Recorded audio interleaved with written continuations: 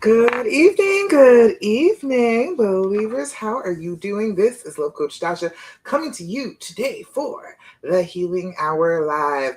Slight technical difficulties, but I'm here. I am with you. Last week, honey was sick. My husband got sick, and yeah, he was struggling. So I had to go take care of him, but I'm back and I'm ready to chat with you today. So if you have questions, comments, thoughts, complaints, anything to do with healing and reconciling after infidelity, I am who you want to talk to. I am Love Coach Dasha, coming to you for the Healing Hour Live. We're going to talk all things healing after infidelity tonight while we're sitting here chatting for the next hour or so, okay? So if you have any questions, if there's anything that you want to check with me about, to check in and ask about, to figure out exactly how you get out of the woods after this painful trauma has happened to you, I am here to do that for you because I went through it too. I am a survivor of infidelity. I know you can do it. It is 18 years later, and 18 years later, still, like right now, my husband has been on a thing, and he's just been apologizing for it. He's like, I wish I never did that. I'm so sorry for that. You get to that place where you are so well past it that you can actually talk about it. You can get a lot of the answers that you want to get. You can get all of the remorse that you want right from the very beginning, and you'll be able to feel it. You'll be actually able to accept it, to say, okay, I can feel that remorse. I can hear that remorse. I am willing to receive it, and you can go ahead and soak it on up. I can get you to that place. All right. I am in that place. It's a comfortable place. It's a good place to be. I want to help you get there too. So I am Love Coach Dasha. I am coming to you on my YouTube channel, Love Coach Dasha. My Facebook page, my Facebook fan page is Love Coach Dasha, and I have my group, Love After Cheating, on Facebook. If you have not caught up with me in all those places, like, subscribe, do all the things, and make sure that you're hearing from me, okay? So, we always talk about the fact that what you've been through is a trauma. Okay, that is how we're going to start. That's what you need to know as you are moving forward, as you are trying to get out of these woods. It's oppressive, isn't it? After you have been through the trauma of infidelity, it feels like you're in the deep, dark woods and they're closing in on you. You are lost. You can't find your way home. He's out here somewhere in the woods too, and you can't quite find him, can't latch onto him. I am here to teach you how to find the path out of the woods, how to show him how to get out of the woods, how both of you can get home to your castle, your happily ever after together. Okay. I know that lots of people tell you that you can never heal, you can never reconcile, it can never be the same after infidelity. Now, you can heal and you can reconcile. It will probably not be the same, but that is not to say that it won't be better. Just because something isn't the same as it was back then doesn't mean that it won't get even better. So I don't want you to worry about trying to go backwards. That's not the point of a relationship anyway. After this trauma, we are trying to go forward to the next level. We're trying to get past the trauma. We're trying to get to the next level of our relationships together. That is the only way to heal. That is the only way to get past this and get to a really good place. Okay. So forget about what it was. Okay. Forget about the fact that it was a wonderful relationship. You were so happy. Or forget about the fact that it wasn't the best of relationships. There were a lot of things that could have been fixed.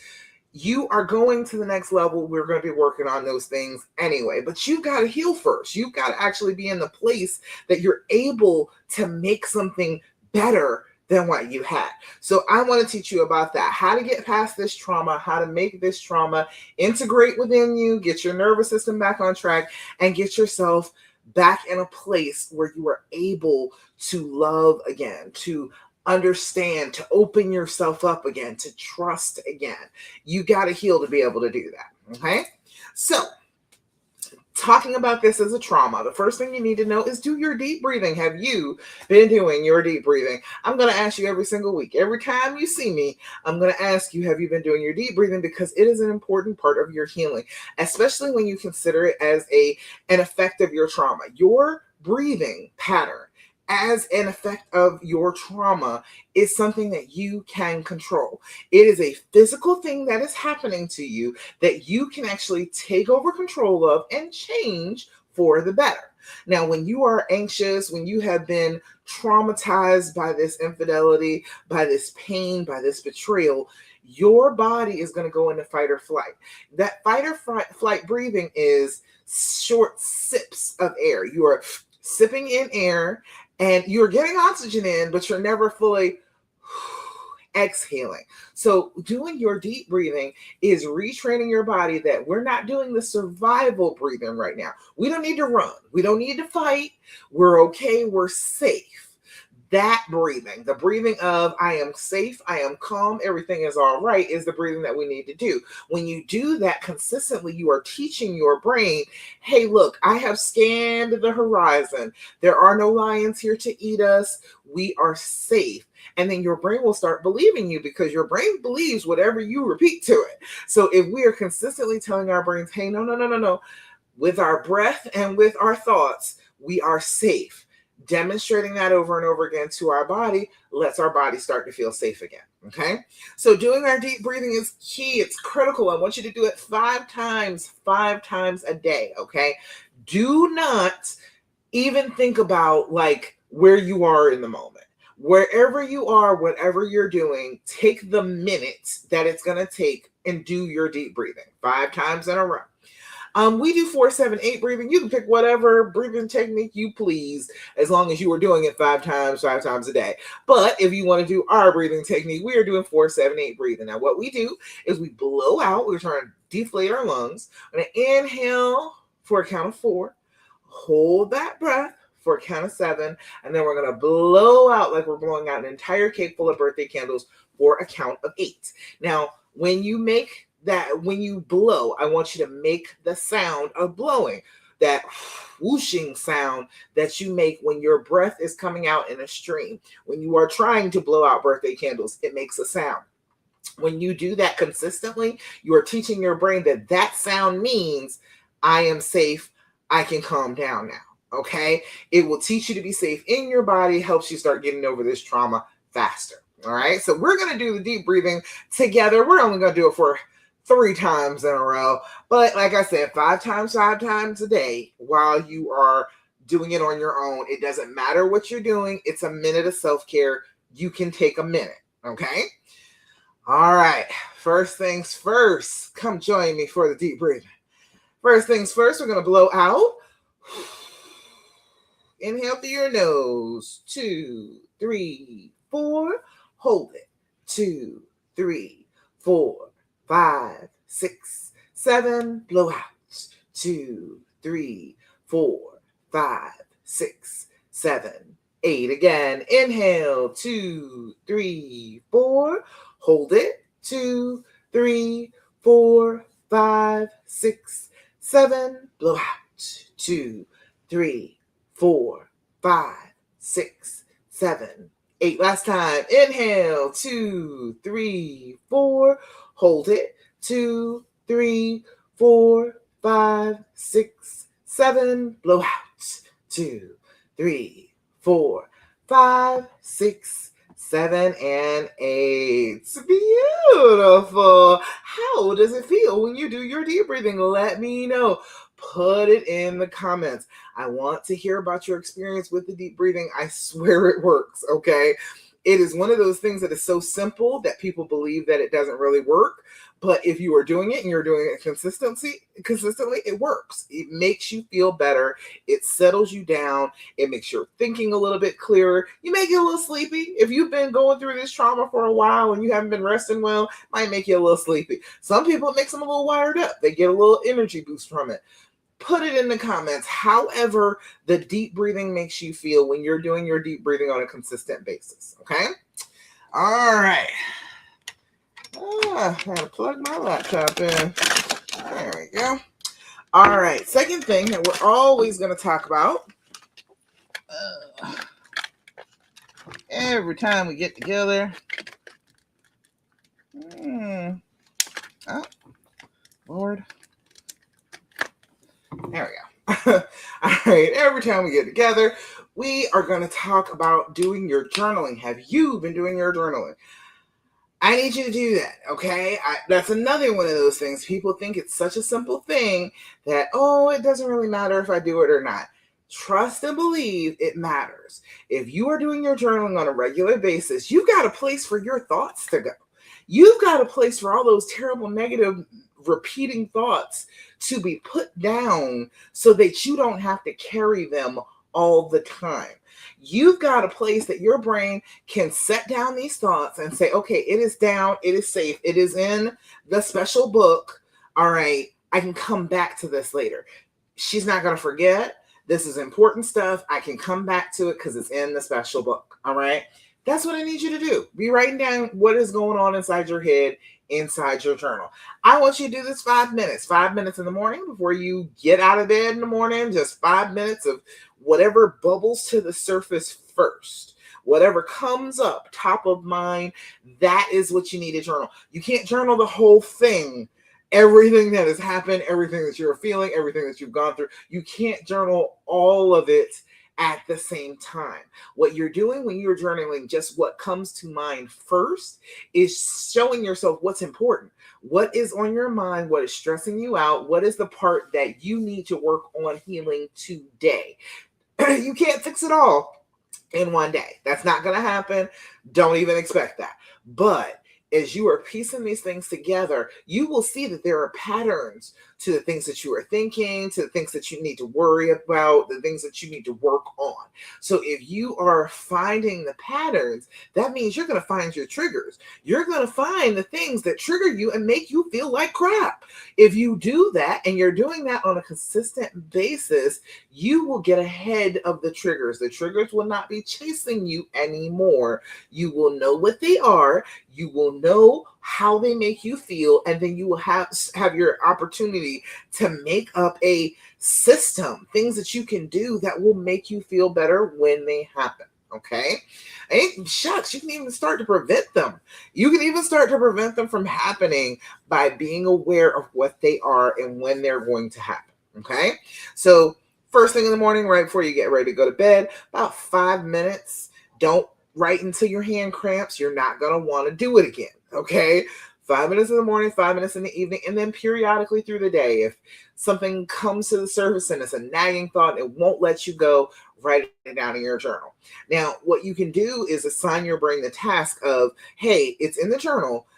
I'm going to go do my day. I can't think about this all day long, but hey, unconscious mind, you be working on that while I'm off doing my thing or while I'm off sleeping. And let me know what you come up with a little bit later on the next time I do my journaling session. You can train your brain to put it off, okay? You can train your brain to stop with the negativity, like for your work day, so that you can actually get something done and then come back to it later on. And you'll be thinking about it unconsciously all day, so you might have some answers, okay? Consistency is key. We need to do this. Also, when you're doing your journal, you need to do your date, your time, and your level of anxiety. Your date and time will give you clues about when things happen so you can anticipate those triggers. You'll know when they're going to happen because you will see them playing out over and over and over again. And then your level of anxiety is to show you, number one, it does work to journal. It does calm you down. It does center you a little bit more. And it's also to show you that you have really good days. When you are writing in your journal, okay, you're doing it consistently, but today you're feeling good. Today you have zero anxiety. Everything is great. Write that down because trauma will affect your memory. Trauma tells you that everything is bad all the time. You never have any good days. It's all awful. And when you write in your journal, hey, today was a 0 day. Today was a day where I had just no anxiety whatsoever. I was feeling great. Things were going well. You can go ahead and prove that your brain is lying to you the next time it's like, oh, everything is awful at all times. You'll know that that's not true. Okay. All right. So level of anxiety, 0 to 10. 0 is no anxiety whatsoever. Everything is great. All is right with the world. Okay. Then there is a 10. A 10 is I want to rip my hair out, tear my clothes off, run screaming down the street naked. It is a loss of control. That is a 10. We are so far beyond okay that we have lost control of ourselves. You're not often at a 10. Okay. It feels like it some of the time when you are dealing with this, the feelings come in waves and it's just overwhelming, but you're still in control of yourself. A 10 is I have lost control of myself. I am doing something that I would not normally do because the trauma has gotten so overwhelming to my nervous system that I have to do something that is not within my character. All right. I'm throwing the remote control at his head. I'm trying to run him down with a car. I'm getting the police called on me. The neighbors are concerned at this point because they keep hearing what's going on in my house. That is where you have lost control. Now, that's not going to happen very often. That's comforting, okay? That is comforting to know that you have not reached the pinnacle of the distress that you could be feeling. That gives you a little bit of leeway, gives you a little thing to work with. You're like, okay, it could be worse. I'm going to appreciate this 9 right now because I'm not at a 10. The neighbors don't want to call the cops on me, okay? All right, so you're doing that. Doing this consistently is going to show you what the patterns are. You'll be able to deal with the trauma a whole lot better if you've got a book that is full of what is going on with you, okay? All right. Third thing that we're always going to talk about every time we get together, I'm always going to remind you of it. I need you to develop an attitude of gratitude. I know it is difficult to find gratitude when you are in so much pain. This trauma from this infidelity is kicking your butt and you feel the grief, okay? You are sad. You are considering the things that you have lost. If grief is the problem, gratitude is the solution. If grief, feeling badly over something you have lost is what the problem is, then feeling good about things that you have is the solution to that. That is the opposite feeling. We're trying to go for the opposite one, all right? We're going to consider the things that are just in our lives that we're just so grateful for. I am so grateful for the fact that my husband is still, all these years later, still shows remorse, still realizes how bad he messed up and tries his very best. And this is why I do this, tries his very best to show me that I was right to believe in him, to give him another chance, to reconcile, to heal together, to love him again. Okay. He is showing me. I am grateful for that every single day. You can get there. You can get there. I promise. It's not that far away. It seems like it is, but it's not. You can get there too. I want you to be able to be grateful for that. Okay. If you want one-on-one advice about how to get there, go ahead and put call in the DMs and I'll tell you about how to get on a call with me. But either way, you've got to develop this attitude that you are grateful for the things in your life.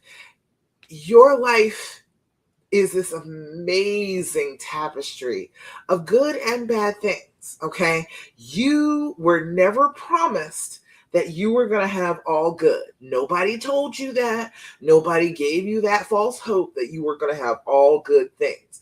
There are some bad things that have happened, including this infidelity. However, there are so many things each and every day that you can be grateful for. I'm grateful that I have money on my card. I can go get a snack when I want to. I am grateful for Wi-Fi. I am grateful for being able to watch movies. I saw Everything Everywhere All at Once the other day. Blew my mind. Excellent movie. I am grateful that I got to sit down and watch that with my honey. Finally, I kept on planning it and just never got to it. I'm grateful we finally got there. There's so many little things every day that you could just be grateful that are in your life. And if you're consistently looking for those things, that starts to counteract the effect of the trauma on your brain after the infidelity. Your brain after infidelity wants to think that everything is awful. So if you are consistently making your brain come up with things that you are happy are in your life, your brain will learn that that's what you want, and it will continue to give you those things. It'll be like, oh, hey, look, what about this thing? Aren't you grateful for this? It will start presenting you with things without you even having to think about it very hard. So I want you to be consistent about that. Every day when you open your journal, put 5 things that you're grateful for that day. Put 5 things in it. Read that after a month and see if the pain that you're experiencing is outweighed by the gratitude that you're feeling. A lot of the time, it definitely outweighs it.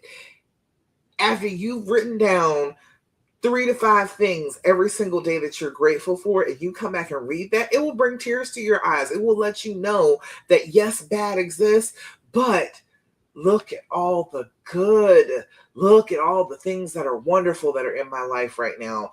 I don't have to be focused on just the bad things that have happened. I've got good things that I can be focused on, that I can draw strength from, that I can learn from, that I can carry in my heart instead of carrying sorrow. Okay?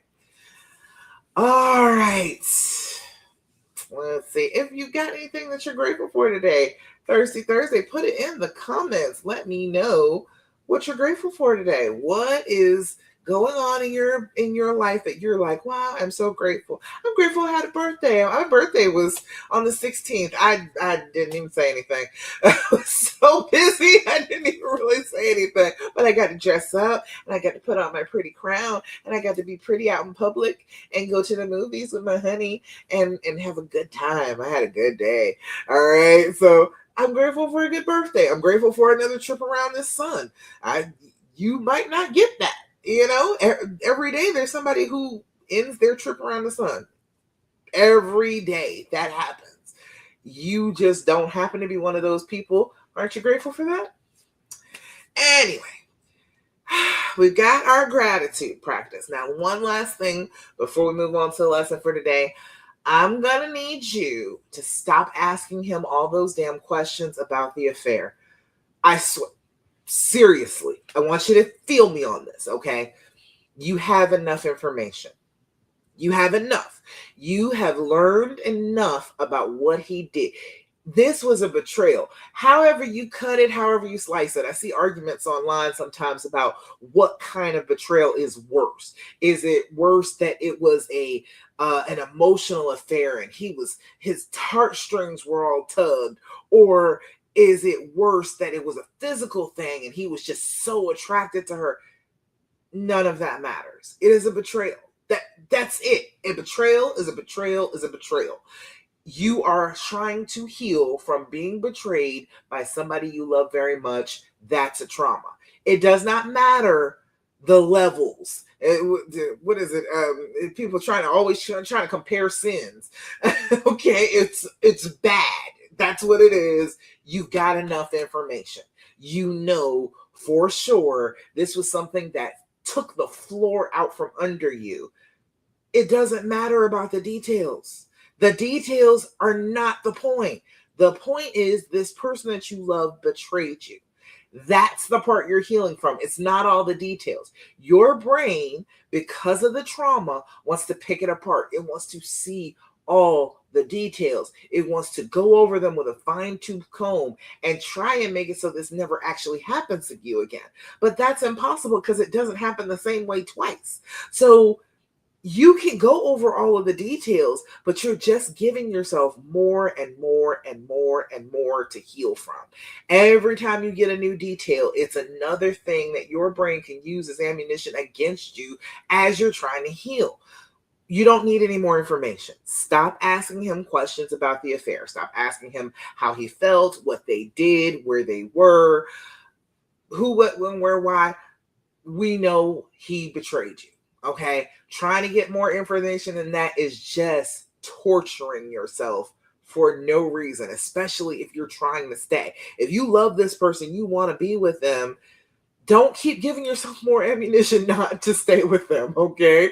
We've got the basics. We've got the basics of it down. We got that. Now, as I'm saying that, I am telling you that this is a trauma response. It is something that your brain does with every threat. Every threat that your brain experiences, your brain wants to say, oh, I need to know all the information about this threat. But if you keep doing that, if you keep letting your brain try and pluck all this information from him, you are going to continue to treat him as a threat. You are saying, let's find out all the information that we can. And that's not how you want to think of him, is it? You don't want to think of him as a threat. You want to think of him as your honey, your boo. You want to think of him as the person that you love. So instead of asking the questions that your brain wants to ask, which are all about the trauma, all about making it worse so that you don't heal, try these. This is the questions from the and THEAND, the good people at the Skin Deep. And it is on sale on Amazon. I think they're about $30 for a deck. It is 199 questions. And this deck is all the healing edition deck. This is all healing questions, connection, trying to develop a bridge between you and this person. Isn't that better than asking what hotel they went to? Yeah, it is. All right, so I'll give you a few of these. What's one thing you think I really want to do with you? Isn't that a better question? Isn't that a better question than what position did you have her in? Isn't that a better question than did she say that she loves you? Would you rather know what's one thing you think I really want to do with you? He got to know you to do that, right? He's got to know you to be able to say, okay, yes, I know you would like to do X, Y, and Z. All right, you'll know that he knows you pretty well, and maybe that'll lead to a conversation about you actually doing it. All right, one more. What do you cherish most about our connection? Isn't that a better question than the ones that are going on in your head? I think it is. All right. I know the questions in your head. The questions in your head are scary, aren't they? They make you sad. They are devastating questions. They make your chest hurt, don't they? Let's not ask those questions. Let's ask better questions. One more. Why are you in this relationship? Ooh, wouldn't you rather know that? Wouldn't that be a better question than the ones you want to ask? I think so. I do. So why are you in this relationship? Much better questions to ask. And it scratches that itch a little bit. The itch to ask a question, it will help you with that as you are trying to resist the urge to ask him about the affair. Okay? All right. Any questions, comments, thoughts, complaints, anything that you want to ask me about before we move on to what I'm talking about today? All right. Don't see anybody on Love After Cheating. Don't see anybody on Love Coach Dasha. And nobody saying anything on YouTube. Okay. All right. Fabulous. All right. So we're going to talk a little bit today. I was going to talk about this last week. I was so excited about this topic, and then he got sick, and I was like, damn it, we're going to talk about this next week. I moved the next week's topic so I could accommodate this one. All right, so have you ever noticed that two people can go through similar situations and they end up in completely different places? It seems like this is how it went with me. I went through infidelity with my husband, and we are 18 years later together, happy. Family was all together. Our kids are out of the house now, or mostly out of the house now.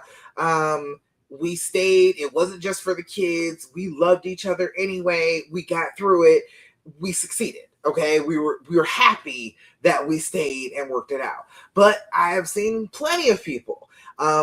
The reason I started doing this, the reason I started coaching in the first place was I was doing premarital counseling for couples, and I realized that almost every time they came for premarital counseling, we ended up talking about cheating.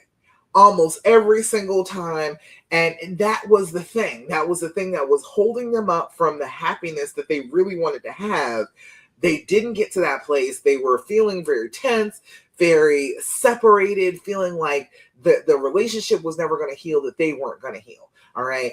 So we were going through, I had been through the exact same thing that they had been through, but I came through it. I was on the other side of it when I was dealing with this. So I was like, okay, what's the difference here? And the difference a lot of the time is the questions that you're asking, okay? Our brains naturally ask fear-based questions. That's part of the trauma response. Our brain wants to know, how did this happen? What if he does it again? Oh, does he still love her? Why wasn't I good enough? Am I enough? How can I know if he's telling me the truth now? Okay. Completely understandable questions. Absolutely understandable. They are just not always useful questions. Okay. Your brain asks questions based on what it's trying to protect. And what it's trying to protect right now is you and your feelings, your emotions. And so it asks questions that don't have satisfying answers. Okay. And then it asks some questions that have answers, but they don't move you forward. They leave you stuck in the woods. You're in the dark and you're just in the woods alone, and it doesn't lead you towards the path out of the darkness. Okay. Like, why did he choose her? Okay. Instead of that question, how about the question, what meaning have I attached to him choosing her? What meaning is that for me? Because it's not why did he choose her. That's not the point. The point is about you and your feelings and your healing. So what am I attaching to the fact that he chose her? What thought, what belief is attached to that? Okay. Instead of asking, will he ever change? Oh, I know we're all asking that. Will he ever change? Will he ever really change? Will I ever really believe in his change? Try the question, what do I need in order to continue healing regardless of what he chooses? Because that's what's going to need to happen. If you were together or you weren't together, you still have the work to do of healing. So trying to worry about whether he's going to change does not address your healing at all. That has to do with him. You're thinking, oh, if he changes, then I'll be healed. That's not how it works. Your healing comes from inside you, not from inside him. So he can change. He can change all he wants to. He can change, and you can see every bit of the change, and you can really believe that has changed. That does not heal you. Your healing comes from in here. It doesn't come from out there. Okay? Instead of, what if this happens again? The question is not if it happens again. The question is, if it did happen again, do I trust myself to be able to handle it? Could I do that? Could I deal with this situation? If it did happen again, would I be in a puddle on the floor, or could I handle myself knowing what I know from this time, gathering the information, the knowledge that I have gained from this particular circumstance? Could I do it? Could I make it through without being destroyed again? And you made it through without being destroyed this time, so I'm pretty doggone sure you're good. Okay. Not every question deserves your energy, is what I'm trying to tell you. You cannot give your energy to all of the negative thoughts, the negative questions that are going on in your brain because your brain has been traumatized. You can't give energy to them because you don't have enough energy for all of them. Your brain never will run out of questions about him, about the affair, about what happened, about the pain that you're in. It will never run out of questions. You don't have the energy for that.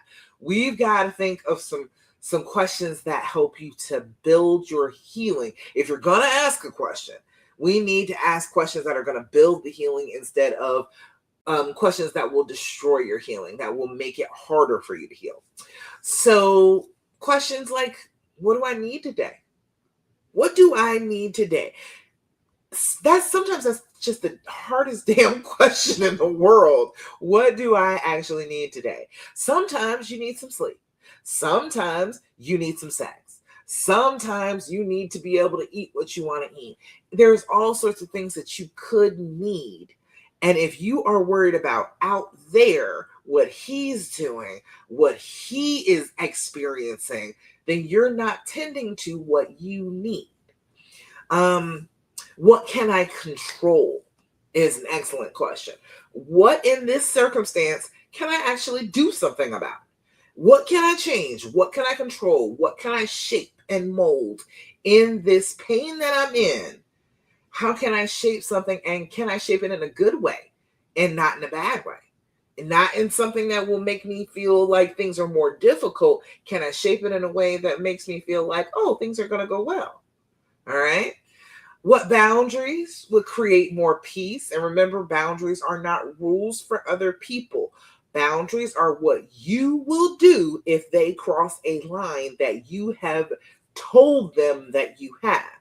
I will not continue to talk to you if you yell at me. That is a boundary. That is, if you are doing this action, I am going to remove myself from the situation. I'm not going to try and make you stop yelling. I'm just not going to talk to you anymore. I'm going to take myself out of the situation, let you get yourself together till you stop yelling, and then I will talk to you when you stop yelling. That is a boundary. A boundary is not what they will do. A boundary is what you will do. Okay?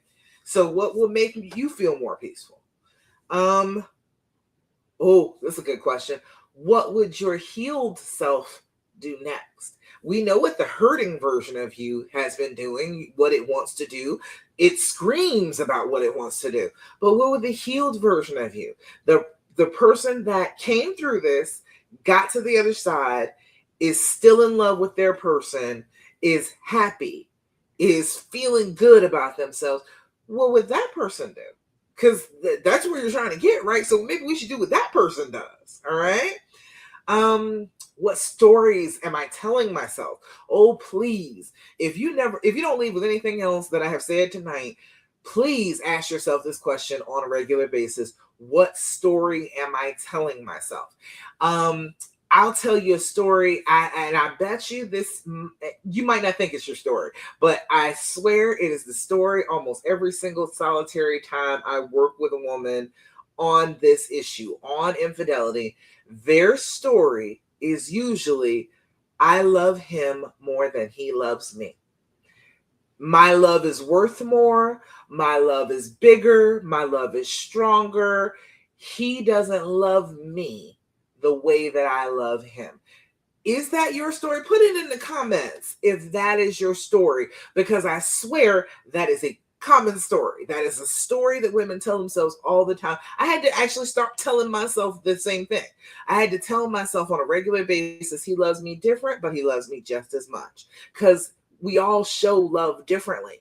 He loves me deeply. I love him deeply. My love doesn't take away from his love. And just because he doesn't do the things that I would do because I love doesn't mean that he doesn't love.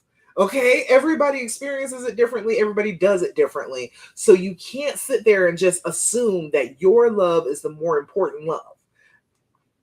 If you have experienced this, put it in the comments. If you, in the back of your head, the story that you're telling is, my love is worth more than his love, I love him more than he loves me, put it in the comments. All right. And then asking yourself, is this a fear or is this a fact? Facts can be confirmed. Facts can be corroborated. Facts are independent of your feelings. They are real. So if you're just feeling something, and then when you're like, okay, if I take my feelings out of this, actually, I wouldn't think that was true. All right, then that's a fear. That's not real. That's something you are responding to that is not actually physically concrete in your world. That doesn't have to be a thing that keeps you stuck. It doesn't have to be a question that nags at you forever. You can determine, okay, well, this is not a fact. I can let this go. It's just something I'm afraid of, and fears happen all the time. So write down a couple of those. What I need today, what can I control? What boundary would create more peace for me? What would my healed self do next? What story am I telling myself? And is this fear, or is this fact? Write a couple of those down and ask yourself those questions. When your brain, you'll hear, you won't even realize that your brain is doing it. It will be asking questions over and over and over again, and it starts to freak you out. It starts to make you have like that fight or flight. Your heart starts to tremble, your lungs hurt. It will make you have a panic attack because the questions come, question after question after question. If you say, okay, I don't want to ask those questions, well, I'm going to ask one of these questions instead. And then I'm going to have myself come up with an answer for these questions. If you do that, you stop that cycle and your brain can't keep on telling you awful things, and it won't continue to contribute to a panic attack, right? All right. So let's see. The quality of your healing is often determined by the quality of your questions. Your questions based on fear are not going to lead you to healing. It's not going to be good times. It's not going to feel good because you are asking questions about hurting, and that's what you're bringing your brain's attention to. So instead of that, all right, we got to flip that around and ask better questions, okay? So you don't have to answer all those questions, but like, what's one question you're asking that keeps you stuck? What is one question that just keeps on repeating itself in your head? And if you answered that question, what would the answer be? Because a lot of the time, those questions that repeat over and over and over again, they'll stop if you answer them. You're like, well, what if he does this over again? Okay, all right. Brain, what if he does this over again? If he does this over and over again, I have the exact same choices that I have right now. I could stay or I could leave. I could forgive him and understand and tolerate this, or I could kick him right to the curb. Those are still the same choices I have right now. Answer the question, all right? And then if you can, or if you can't answer the question, what's a better question that you could ask? What's a better one? What's the boundary that I need right now? What do I need right now? Have I had any water today? That's a great question to ask. If you have been freaking out all day, you probably haven't drank any water all day. Drink some water and see doesn't that calm you right on down. All right. Have I eaten today? Have you eaten today? Not girl dinner. Okay. Girl dinner, not girl dinner. I am talking about actual food. Have you eaten food today?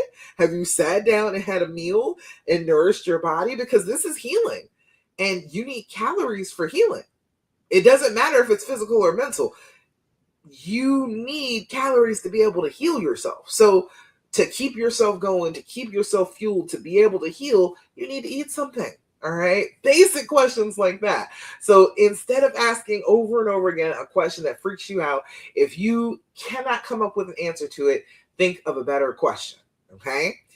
So let me know in the comments, what's one question that you've been asking yourself over and over and over again lately? Put it in the comments.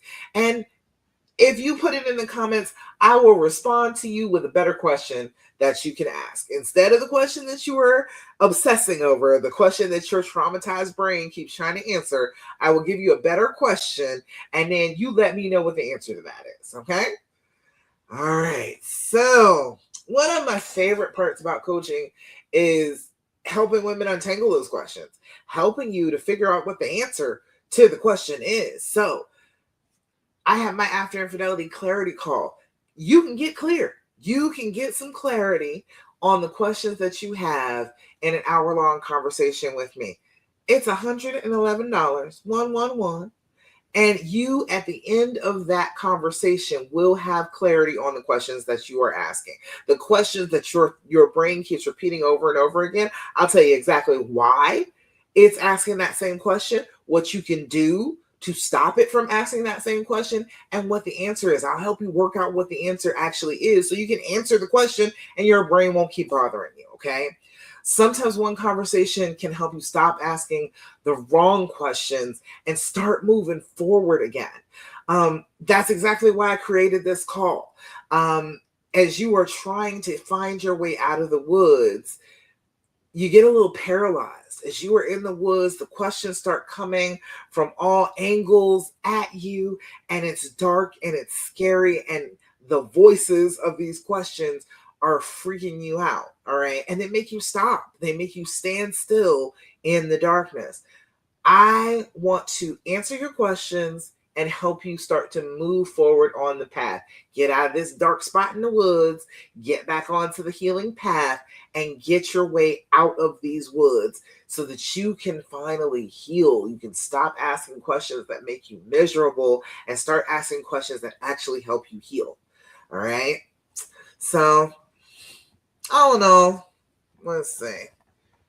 The right question, the right answer won't change your life if you're asking the wrong question. You can get the answers that you want to the questions that you're asking, but they won't lead you to being healed.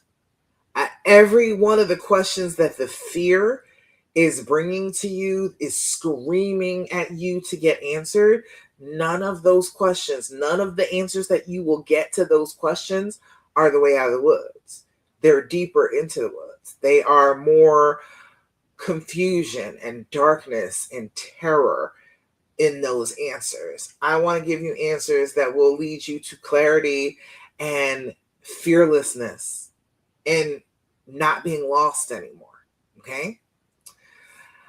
All right. So if you are interested in getting on a call with me, put call in the comments. I will message you, or you can message me, call, and I will let you know how to get with me on a call, your after infidelity clarity call. Okay? All right, y'all. Even with technical difficulties, look at that. I got to the end. All right, fabulous. Matter of fact, I got a little bit of time here. Let me copy the link for the clarity call, and that will be okay on the Love Coach Dasha page and on the Love After Cheating page, and I will put it in the comments on YouTube. YouTube is always hard to get to. All right. Okay, it's down in the comments on Facebook. Make sure if you are confused, if you've got questions, I got answers. I love to be asked questions. I love to be asked questions about healing after infidelity. I know too much now. I have been experiencing it. It's 18 years later, and I got all of the answers now. Like, there's some things that won't happen until you've been healing for a couple of years. Okay. That's just how it goes. There are some things that you will not have the answers to until you get down the road of healing a little bit. But I'm good and far out now. I can look back and I see the path, and I can tell you the answers to your questions right now instead of you having to wait for 18 years. Okay. I did it so you don't have to. Okay. I did it so you can know now instead of way out in the future. All right. So get on a call with me, and I will happily answer all of your questions about healing and reconciling after infidelity. All right. So that's about it. One more thing before we go. I told you the things at the beginning. Do your deep breathing, do your journaling, do your gratitude practice, and stop asking him the questions. The last thing that I'm going to tell you today is to do your affirmations, okay? Remember I told you your brain on trauma says that everything is bad? That includes you, okay? It's going to say that you're bad too.